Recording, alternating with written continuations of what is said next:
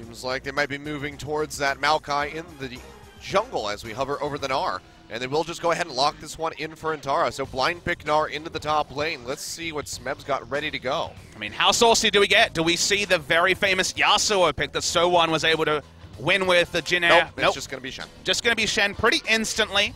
Meb is an excellent Shen player. When some of these picks like Renekton aren't favored, he will jump on Shen 6-1 on the season. And first time we see the LeBlanc back for the side of KT Rolster. So LeBlanc blind pick for Pawn. If you remember back to the grand final of Springer Killers, you and I cast Pawn basically having to face every sort of lane counter from SKT. It was the Karma mid, Lulu way out of meta in the mid lane as an answer. Well, we just see Faker return to one of those two and be able to just nullify in the lane. Will he try to find a carry? Seems like it's going to be a carry matchup. All right, haven't locked it in quite yet, so I won't get excited. Now I can get excited. All right, Kassadin. No Karma, no Lulu. We're just going straight over to damage. Kassadin locked in for Faker. The meta changes, and so we get a carry matchup in mid. Kassadin has always done well against LeBlanc because of the magic damage shield. Q-Max, very low base health on the LeBlanc with the death via touch to get decent trades in, but you also get the side benefit of the larger and larger magic damage shield. But it does mean that lane pressure in the mid lane for SKT will not be there like there has been so many times with the Lucian in playoffs, with the Cassiopeia largely as well. So different type of draft with SKT, where Peanut will have... Looking for a little bit of a trade. Shot getting ready to come through. Score will be jumping in. Interrupts! Interrupted. Pops the shield, but it's not going to be enough. First blood does come through as it's handed over to Def. Now they're looking for Wolf. As the ultimate's still available, as well as his flash.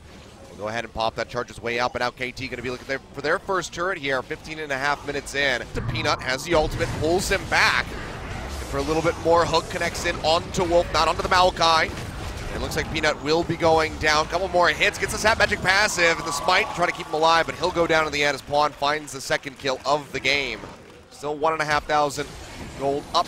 Is KT finds the hook after the leap. Bang immediately has the flash away as well as pop the barrier. Now KT are primed to go ahead and knock down this outer turret in mid. That hook led to barrier, flash, and heal being used between Alistar and Tristana. It works, but they can draw out both and actually have their own Sheen auto attacker with Mountain Drake, Shen with Titanic Hydra push. That could be big. As finally we see Faker and Pawn in that mid to late game. He's looking for the play, but the Stand United is there as you're just talking about. The Shen Faker tries to make it over to that Honey Fruit instead, jumps into the pit. Might have to use the flash, does so to get himself out safely. In the meantime, Peanut running down that Nature's Grasp will get jumped on. The Ren comes through and Deft finds another kill.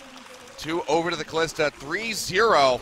KT Rolster are in full control. Score leaping in, looking for a pick, doesn't find much.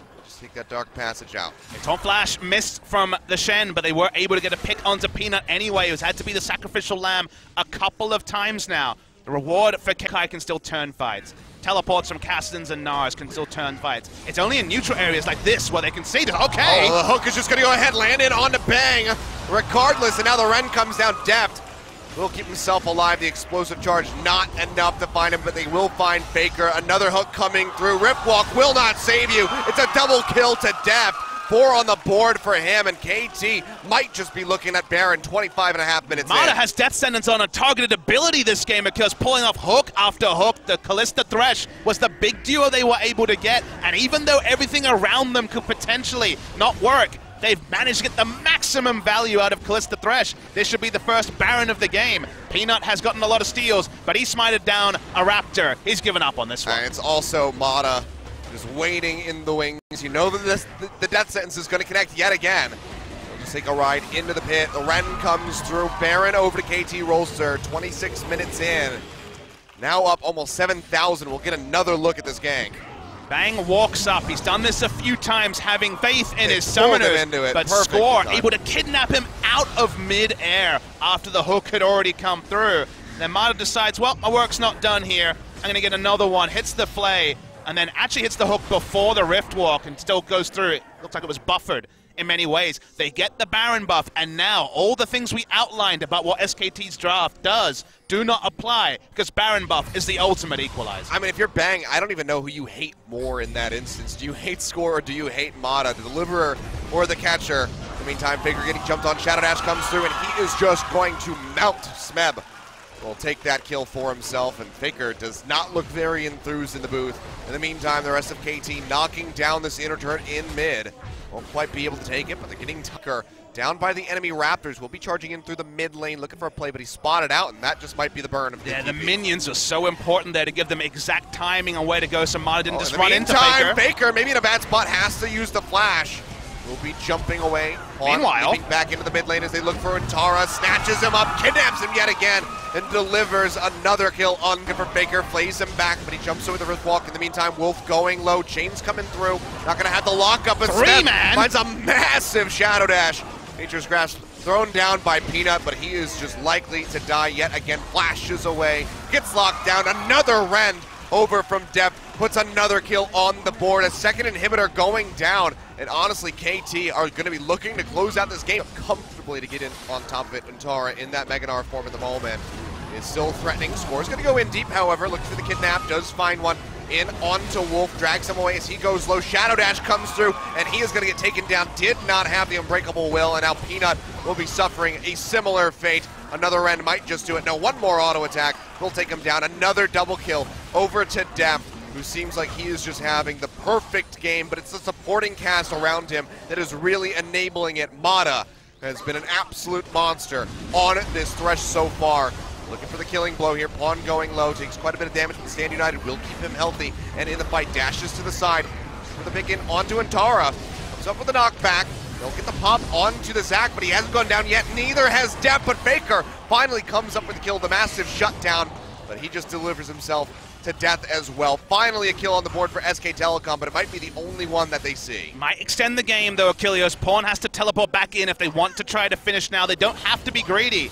They're going to go for it anyway. This is definitely the KT way. Looking for the turnaround hook, going to go wide for once as Pawn comes in, gets popped up immediately, and Bang has quite a lot of damage to offer up onto that LeBlanc. He has to dash back, keep himself alive, but in the meantime, Antara has fallen. Nexus is exposed. KT will go ahead, hold off. Pings are out onto the Baron. Already getting started up. Zeph is going to have a massive amount of Rend stacks into that one as Pawn finds Bang, takes him low, dashes in. One final chain will take him down, but can he get out alive? Headbutt Pulverize coming through, dashes over the wall. Baron has gone down. Dark Passage is there for Mata to go ahead and scoop up. Been off on his rocket jumps too many times. He's dead as KT rolls to with up with those Baron buff minions. Want to end the game. They are looking for it. Score going to be overshooting that one as Antara desperately tries to build up the range bar. Needs one hell of a setup to try to turn this around for his team, but he is getting locked down and junked out. Lands the Sun in onto Pawn, pushes Score back towards the fountain, but can't get much more than that. In the meantime, Score has the kidnap onto two members as he drags Peanut and Wolf into the fight, but that's just going to be the Nexus going down as KT Rolster very decisively turned things on. 15 minutes forward, they take down SKT in Game 1. Echoes of Game 2 versus SKT a couple of weeks ago, where with a Galio comp they were able to pick up a pretty comfortable victory. But this wasn't the same high-octane game. It started slow, it was different. It was the Zac jungle who's much less likely to have the early impact than compared to a Gragas or an Elise. They went for a much more measured early game, was surprised by SKT getting the maximum value out of the first brick, but every move from there, from KT Rolster, catching Bang in the bot lane when he could have just respected that Deft was obviously baiting for a Zac gank. From there, they were able to get the important picks. It felt like Mata had the game, the Puppet Master had the game, and was organizing it with how accurate he was on the death sentences. And Score also put off the Zac. So SKT will be back on the blue side on Game 3, you'd imagine, with how picks and bans will go. They're going to really have to respect picks like the Zac and Thresh. They went for the Rakan ban this game, and what was left open to KT were the two picks that facilitated the victory. KT Rolster starting things off quite nicely. Sorry, SKT fans, no 3-0 here today. Means that we have a series on our hands potentially, unless KT can, against the run of play, 3-0 SK Telecom. But I don't think any of us anticipate that to happen. But what I'm curious about is what SKT comes back with after the break. Who will we be seeing in that booth? The picks and bans will adjust. I don't know if the lineup will adjust for Game 2, but you're right, it may adjust. But the picks and bans certainly will. There's so many power picks. Kalista, Caitlyn, Zac, Thresh, all available in Game 1. There's so many power picks that if you have to adjust, ban a champion from Game 1, there's going to be an embarrassment of riches available to replace it. We'll see what happens when we come back from the break, see what SKT can piece together.